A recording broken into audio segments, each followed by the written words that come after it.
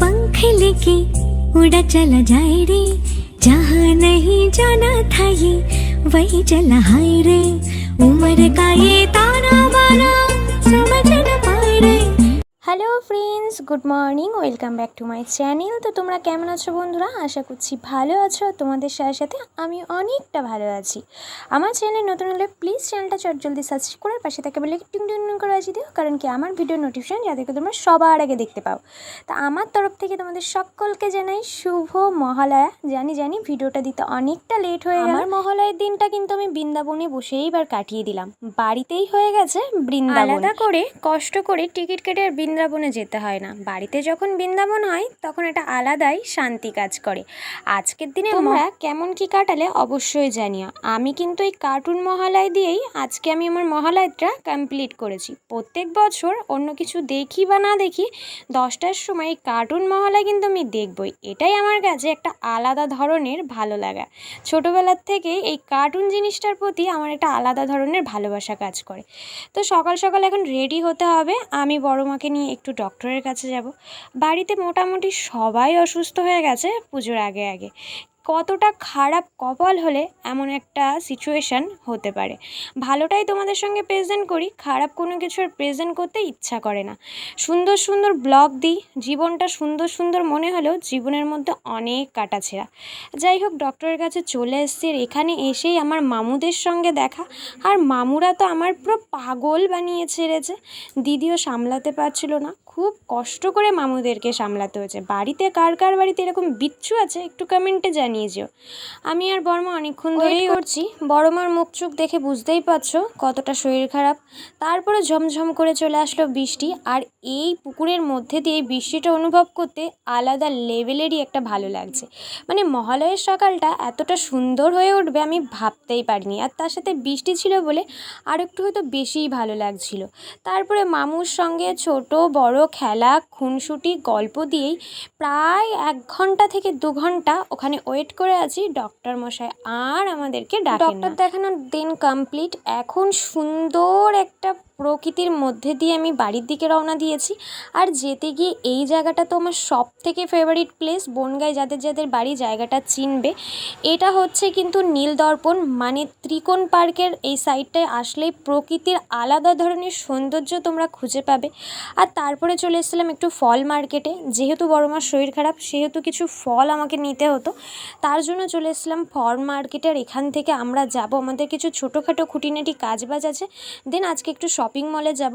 তো সেই জন্য আগে ভাবলাম ফল বাজারটা করে নিই, তারপরে দেন শপিং মলের দিকে যাওয়া যাবে।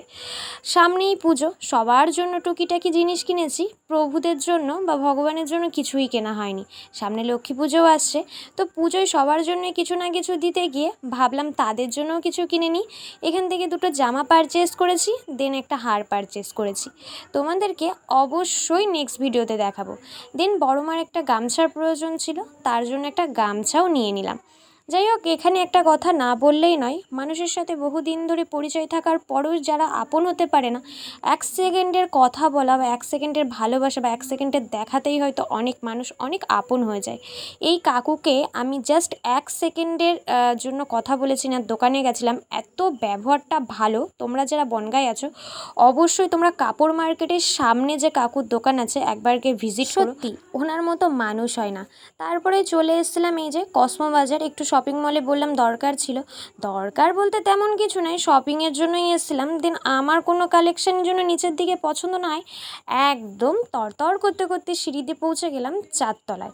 4 তলায় রয়েছে বাচ্চাদের কালেকশান। আর ফার্স্টে আমি চলে এসেছি এখানে কিছু শার্ট দেখার জন্য, কারণ কি আমার ছোট ছোট লিটিল সৈন্যগণ আছে, তাদের জন্য ভেবেছি এবার পুজোতে কিছু শার্ট গিফট করব। তো এখানে এসে শার্টের কালেকশানগুলো দেখে আমার ভীষণই ওল্ড মনে হয়েছে। একদমই আমি নতুনত্ব কিছু খুঁজে পাচ্ছিলাম না। আর নতুনত্ব যেগুলো দেখছিলাম সেগুলো আবার ছোট হয়ে যাচ্ছিলো। মানে অ্যাকচুয়ালি কসমো বাজার বলো, দেন আগের দিন ভি-মার্ট, স্টাইল বাজার, এম বাজার, সমস্ত কিছুই আমি গেলাম। তো একটা জিনিস আমার মনে হচ্ছে পুজোর সময় কালেকশানগুলো তেমন একটা ভালো আসে না। আনসিজনে গেলে তোমরা হয়তো কিছু কিছু কালেকশান ভালো পেয়ে যাবে। বেসিক্যালি ছেলেদের জিনিস তেমনভাবে আমার চয়েস দিয়ে আমি করে উঠতে পারি না, কারণ কখনো কিনিনি তো। আর সবথেকে বড় কথা যেটা, সেটা না বললেই নয়, প্রতি বছর পুজোতে নিত্য নতুন কোনো কিছু দিতে মন চায়, যে এবছর একটু নিত্য নতুন কোনো কিছু থাক, নিত্য নতুনের ছোঁয়া থাক তাদের দিদিভাইয়ের কাছ থেকে।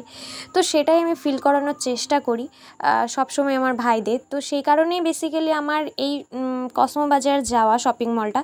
এখানে নিত্য নতুনের তো কোনো ছোঁয়া পেলামই না, যা আছে সব ওল্ড ফ্যাশন, আর ওল্ড ফ্যাশন আমি একদমই ক্যারি করতে চাইছিলাম না। তো সে কারণে আর এখান থেকে আর কিছু পারচেস করিনি। এখান থেকে কালেকশানগুলো মোটামুটি দেখে আমি চলে এসেছিলাম থার্ড ফ্লোরে রয়েছে লেডিস কালেকশান। এখানেও আসলে তুমি নর্মাল যদি বাড়িতে ইউজ করার জন্য বা ক্যাজুয়ালি এখানে ওখানে যাওয়ার জন্য কোনো কিছু পারচেস করতে চাও, অবভিয়াসলি পেয়ে যাবে।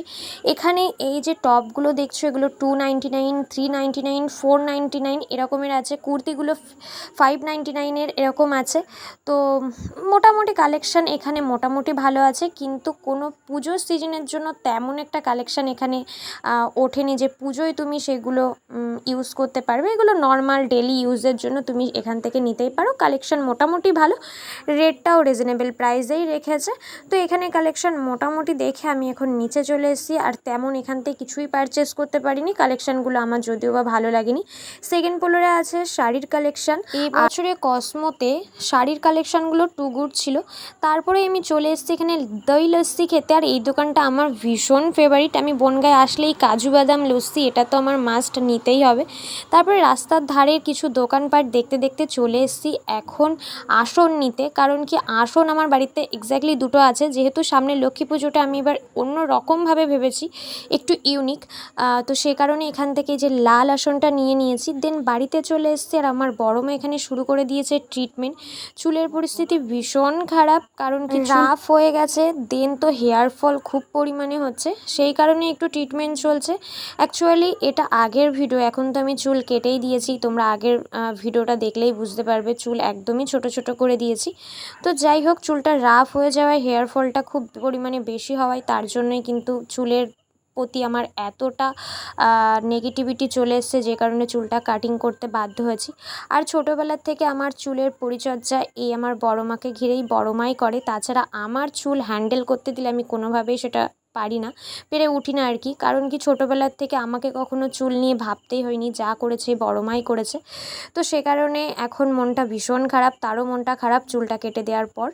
তো যাই হোক, তার শরীরটা যাতে ভালো হয়ে যায় তোমরা একটু প্রে করো। তো আজকের মতো কেমন লাগলো ভিডিওটা অবশ্যই কমেন্টে জানিও। তোমাদের সাথে খুব তাড়াতাড়ি দেখা হচ্ছে নেক্সট কোনো ভিডিওতে। আর ততক্ষণ কিন্তু ভালো থাকবে, সুস্থ থাকবে। আর আজকে কী শপিং করেছি সেটা নেক্সট ভিডিওতে আসতে চলেছে। আরও শপিং রিলেটেড অনেক অনেক সুন্দর সুন্দর ব্লগ তোমাদের সঙ্গে দেওয়ার চেষ্টা করব। আর অবভিয়াসলি কিন্তু এবার রেগুলার ভিডিও আসবে, কারণ সামনেই পুজো, বুঝতে পারছো। তো চলো বন্ধুরা, আজকের মতো টাটা, তোমাদের সাথে দেখা হচ্ছে নেক্সট ভিডিওতে। Love you all friends.